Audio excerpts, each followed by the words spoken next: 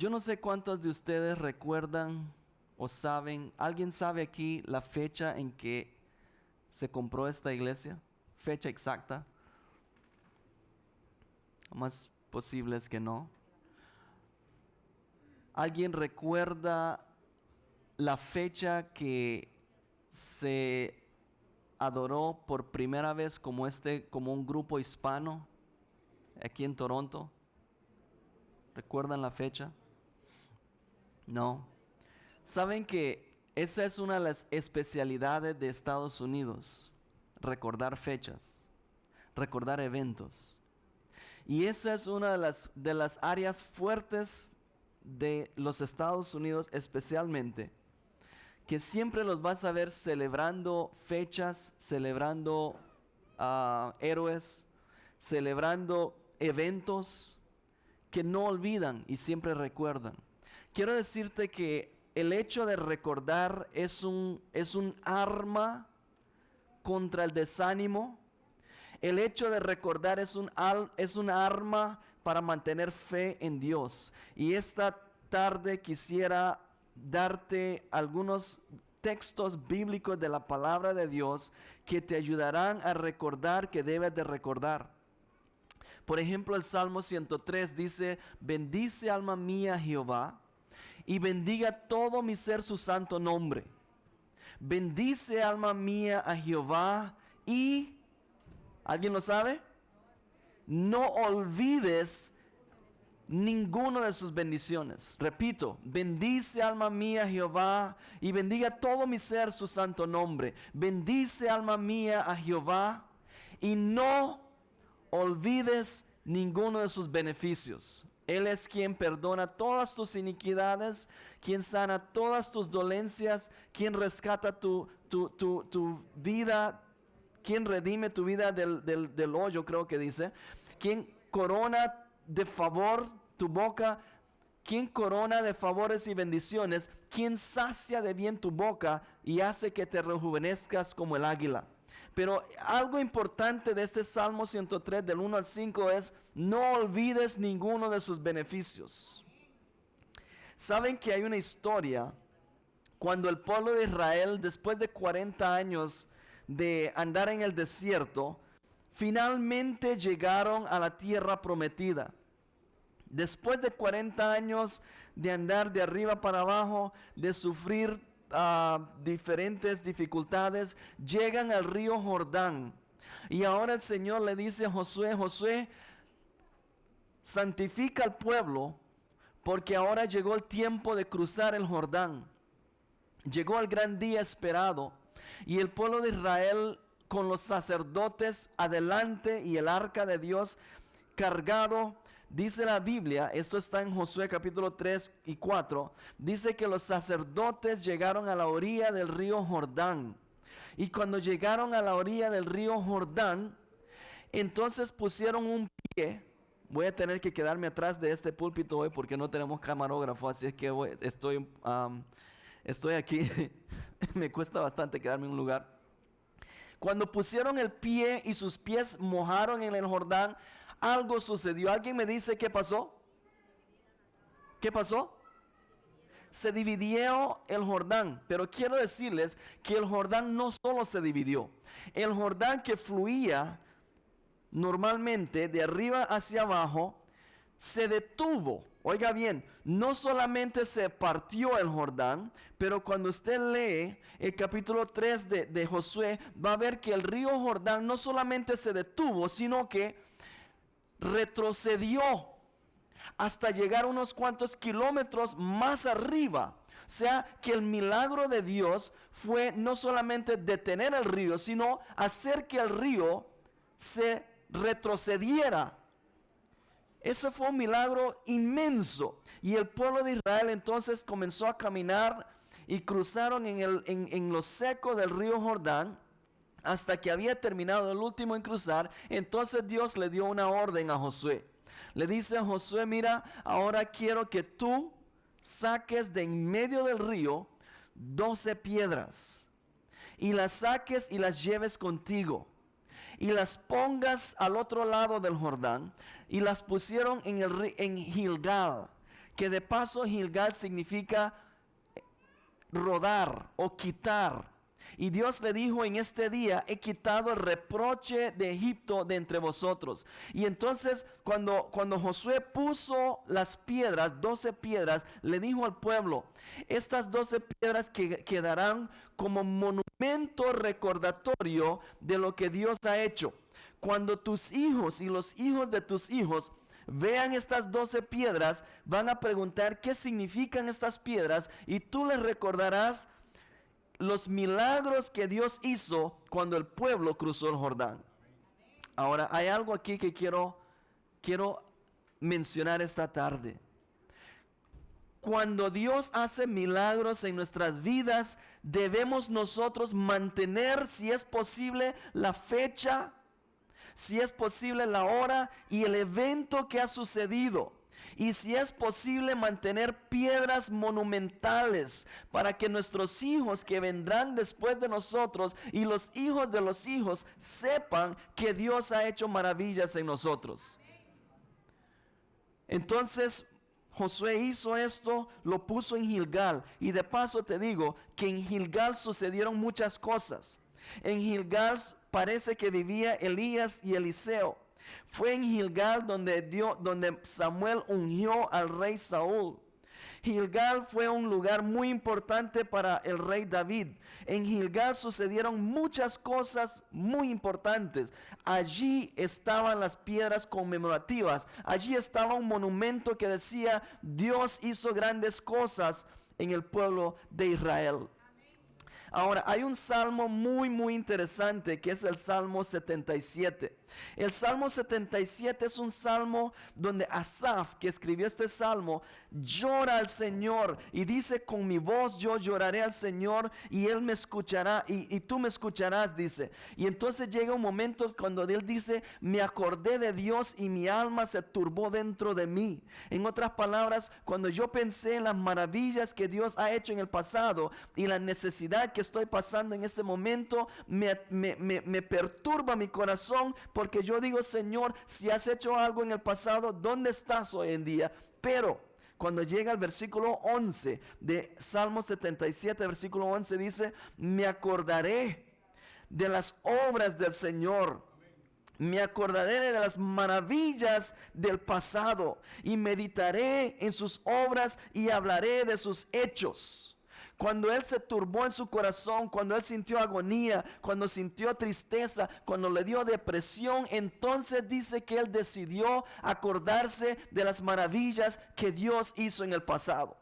Y cuando él pensó en las obras del pasado, su corazón se fortaleció, la depresión se le fue, la tristeza se marchó, y ahora él pudo glorificar el nombre del Señor. Y el resto de ese salmo, él solo termina hablando de las maravillas de Dios. Iglesia, cuando estás triste, cuando estás deprimido, recuerda las cosas que Dios ha hecho en el pasado. Mi esposa y yo tomamos un álbum, conseguimos un álbum. De paso, déjeme decirle que cuando yo escuché un mensaje parecido a este, yo inmediatamente tuve que caer de rodillas y dije: Señor, perdóname. Tuve que pedir perdón porque yo había entrado en un pecado de olvidar las cosas que Dios había hecho en mi vida en el pasado. Estaba nublada mi mente, estaba triste, estaba agobiado, estaba preocupado porque no sabía y estaba en problemas, dificultades, y yo decía: Señor, ¿por qué? Y Dios me enseñó que yo había pecado en olvidar cómo Dios me había ayudado en el pasado, y ahora ese olvido me había dejado en una depresión, en una ansiedad, en una preocupación. Me fui de rodillas y dije: Señor, perdóname porque yo he olvidado tus maravillas. Perdóname, y de este día en adelante, hoy mismo decido sentarme con mi libro y escribir todo lo que viene a mi mente, y empezar a escribir desde mi niñez. Empecé a escribir las cosas que Dios había hecho en mi vida, los milagros que el Señor había hecho en mí, y me llevé tal vez 1 o 2 horas tratando de recordar, escribiendo los monumentos recordativos de los milagros que Dios ha hecho en mi vida. Pensé, por ejemplo, cuando yo era un niño, un joven, tal vez entre mis 14 a 18 años, viviendo en una isla muy pequeña en Honduras.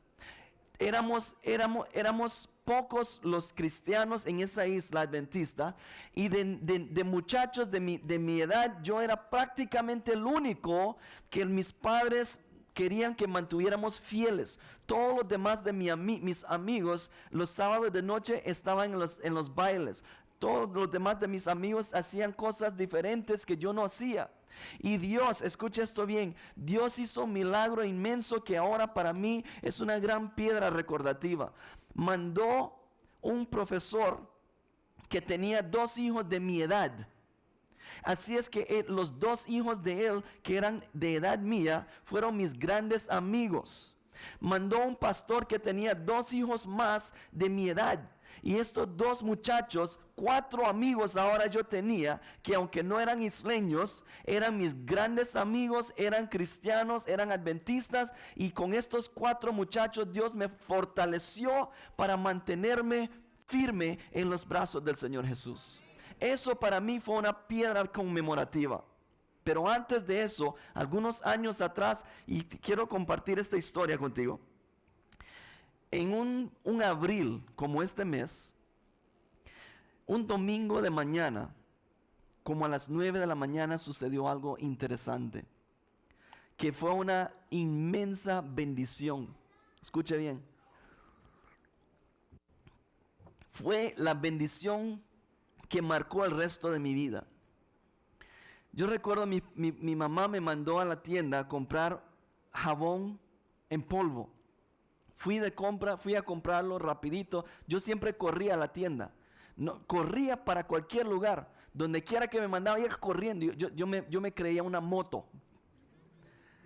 Corrí a la tienda y regresé corriendo. Y cuando llegué a la casa, entré a la cocina. Y mi papá estaba por cocinar, por hacer desayuno. Y en ese tiempo, las estufas que usábamos eran de querosén. ¿Alguien aquí usó estufas de querosén? Gas líquido. No sé qué otro nombre tendrá. Yo le llamo querosén. ¿Alguien sabe de qué estoy hablando? Querosén, right? Ok. Era una estufa, creo que de 4 quemadores. Y el querosén se echaba en una botella de vidrio al lado y se invertía. ¿Ok?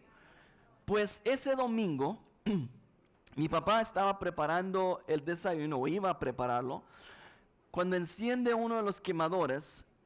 Y vivíamos en una casa de madera en una isla sumamente pequeña, tan pequeña que usted tal vez no puede imaginarlo, tendría que verlo en una foto. Muy pequeña, que las casas muy pegaditas, usted puede sacar su mano por la ventana y tocar la casa del vecino, tan cerca. Y ese día esta estufa de repente empezó a agarrar fuego. Y mi papá, como nosotros vivíamos en la isla, parte de la casa estaba en tierra y la otra parte estaba casi en el agua. Así es que la parte de atrás de la casa había agua. Y entonces él agarra la estufa para ir a tirar al agua. Cuando agarra la estufa para tirarla al agua, empieza a quemar sus manos de caliente que estaba y tuvo que dejar caer en el piso. En un piso de madera y una casa de unos 30, 40 años de vieja. Lo demás es historia. Ese día perdimos la casa, pero eso no fue lo peor. Lo peor del todo fue que ese incendio, por cerca que estaban las casas, agarró la casa del lado y la casa del otro lado, y esa casa siguió y siguió y siguió. Ese día se quemaron 69 casas. ¿Y quién hizo esto? ¿Quién tiene la culpa de que esas casas se hayan quemado? Nadie más que mi familia, mi papá y nosotros. Por lo tanto, en una isla tan pequeña como esa, todo el mundo culpando a mis papás, no habían seguros como hay ahora, así es que todo el mundo tenía que verse cómo reconstruir. Posiblemente algunos hayan tenido seguro, pero ese día perdimos todo. Lo poco que teníamos, ese día quedamos en cero, quedamos solo con la ropa que teníamos puesto.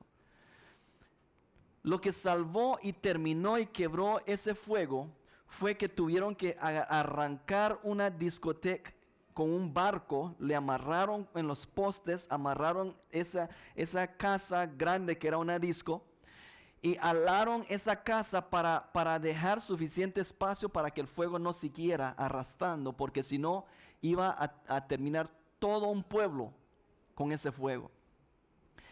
Yo recuerdo que ese día, al quedar sin casa, una maestra nos invitó a quedarnos con ella.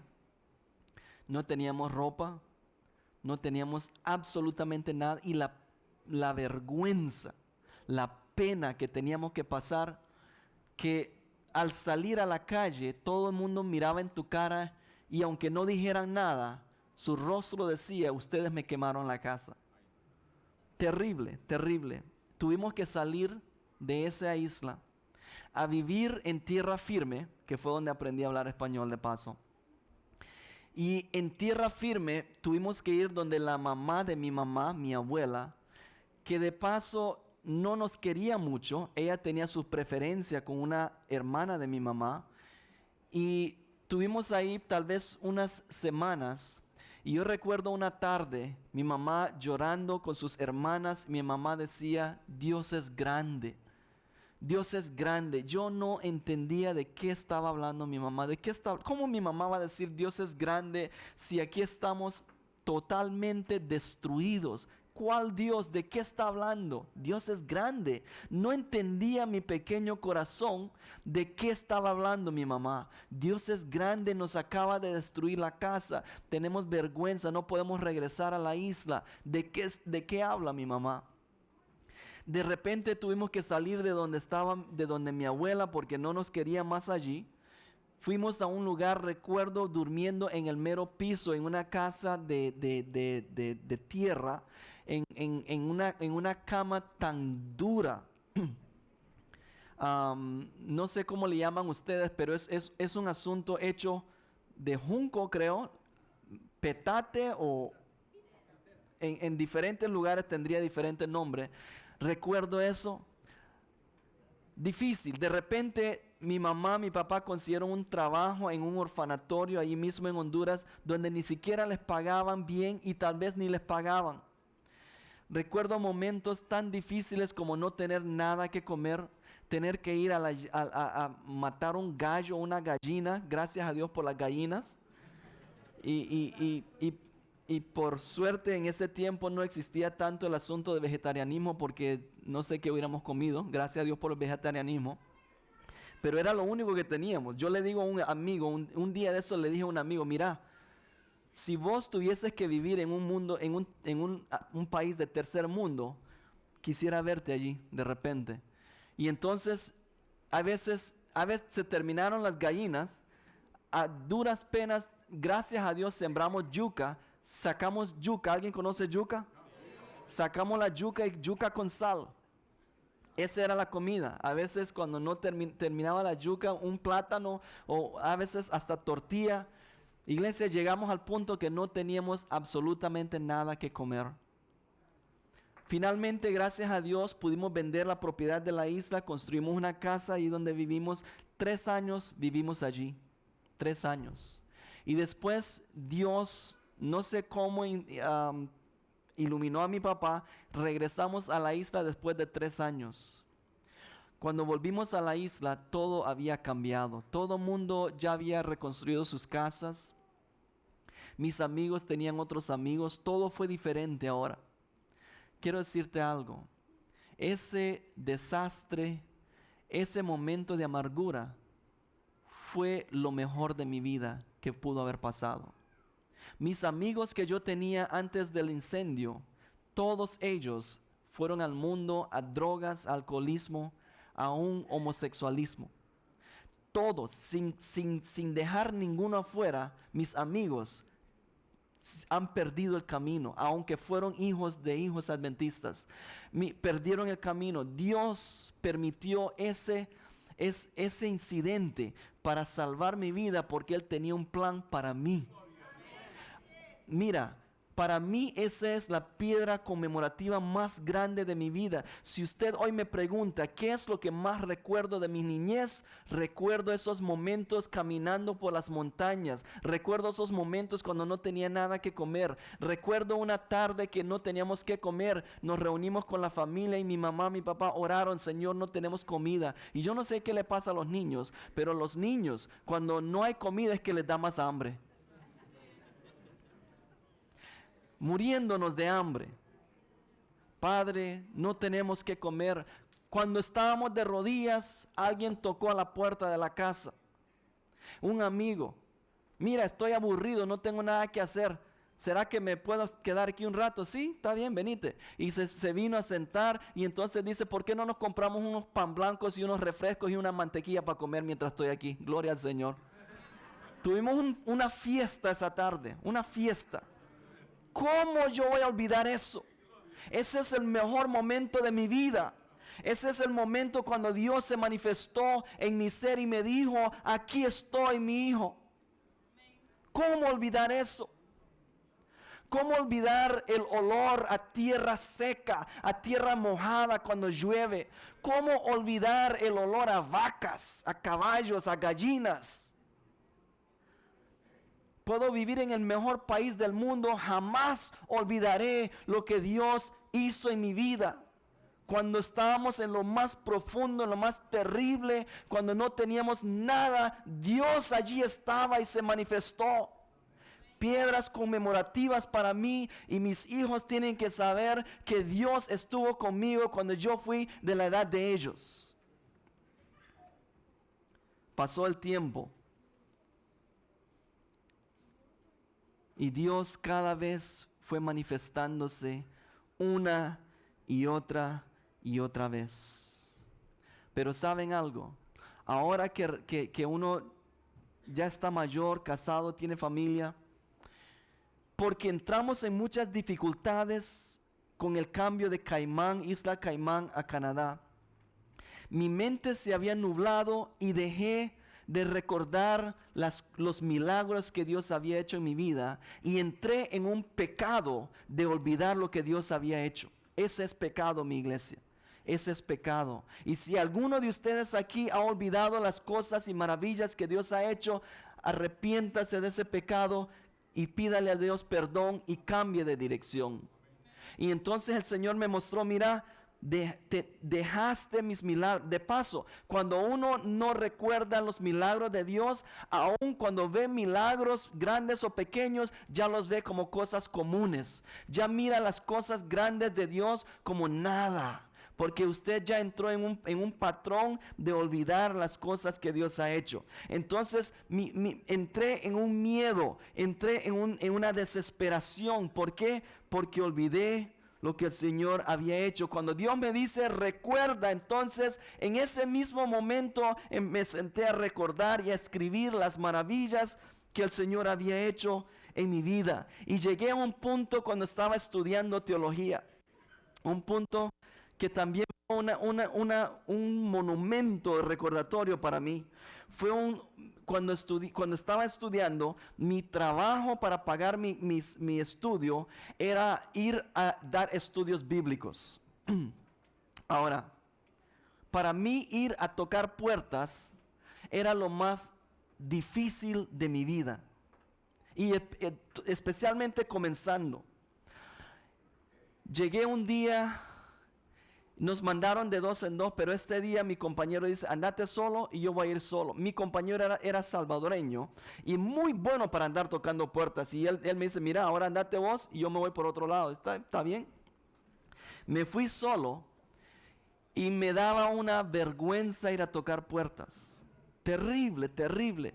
Y me fui solo a un lugar y a llorar al Señor, Señor, ¿qué está pasando? Salí por el camino y me metí a un lugar, un solar que no había casas, había solo monte. Me metí allí solo, yo solo a hablar con Dios. Digo, Señor, ¿cómo es posible que no estés conmigo? ¿Dónde estás, Dios? Ayúdame, cambia mi corazón, cámbiame por favor. Tú sabes, tú conoces que tengo este problema. Y lloré, clamé al Señor, clamé ese día a Dios. Me levanté y me fui. Iglesia, créalo. Meses después, el dueño del solar donde yo fui a orar, llegó donde nosotros y nos dice, ¿saben qué? Necesito dinero y quiero vender este solar. ¿Será que a ustedes les interesa comprarlo? Estábamos abriendo obra, no había iglesia, no había nada allí. Y entonces llevamos la noticia al presidente de la unión que tenía un proyecto para que abriéramos obra allí. Y le dijimos, hay un solar que se está vendiendo muy buen precio. Él dijo, dígame el precio, nos dio el dinero, compramos el solar y se construyó la iglesia. Se construyó la iglesia exactamente en el lugar donde yo me arrodillé a clamar a Dios por ayuda. Eso para mí fue una muestra que Dios me dijo, estoy contigo y nunca te dejaré. Iglesia, cuando nosotros clamamos a Dios, Él escucha. Es posible que no veas la respuesta en ese momento. Es posible que todavía estés llorando, clamando a Dios. Espera porque la respuesta vendrá. Déjame decirte algo. Cuando Dios, Salmo 40, versículo 1 dice, pacientemente esperé a Jehová, y Él se inclinó a mí, escuchó mi clamor, y me hizo sacar de un lodo cenagoso, de un pozo de la desesperación. Puso luego mis pies sobre una roca, puso en mi boca cántico nuevo, alabanzas a Jehová. Y termino con esta historia. Ustedes saben, Salmo 23 dice, Jehová es mi pastor, nada me faltará. En lugares de delicados pastos me hará descansar. Junto a aguas de reposo me pastoreará. Confortará mi alma, me guiará por amor a su nombre. Y oigan bien, aunque ande en valles de sombra de muerte, ¿qué dice? No temeré mal alguno. ¿Por qué? Porque tú estarás conmigo. Tu vara y tu cayado me infundirán aliento. Aderezas mesas delante de mí en presencia de mis angustiadores. Unges mi cabeza con aceite, mi copa está rebosando. Ciertamente el bien y la misericordia me seguirán todos los días de mi vida. En la casa de Jehová moraré por largos días. Mira, cuando David fue a luchar contra el gigante, ¿cómo se llamaba el gigante? Goliat. David dijo, yo voy a pelear contra este hombre. Soy voluntario, mándeme a mí. Lo llevaron donde Saúl y Saúl le dijo a David, David, está bien, ¿por qué quieres ir? David le dijo, mira, yo he peleado contra ¿quién? Osos, leones y los he matado. Y este filisteo, eso es incircunciso, también lo puedo matar. Entonces Saúl le dijo, mira, ponete mi arma, ponete mi armadura. Y entonces David se la puso, pero dijo, no, yo no voy con esto. Y entonces se quitó la armadura y se fue, y en el camino recogió ¿qué? Yo pregunto, ¿ustedes saben qué llevaba como arma David? ¿Saben cuál era su arma? ¿Qué llevaba? ¿Qué llevaba? $1,000 para que me diga qué llevaba. Yo no sé quién se lo va a pagar, pero llevaba 5 piedras y su honda. Pero saben que llevaba otra cosa. A ver, ¿quieren leer qué más llevaba? Primera de Samuel 17:40. Alguien dígame qué llevaba David, aparte de su honda y sus 5 piedras. Llevaba otra cosa. Alguien dígame qué más llevaba David. Fe, sí. Pero llevaba algo más en su mano. A ver, un cayado.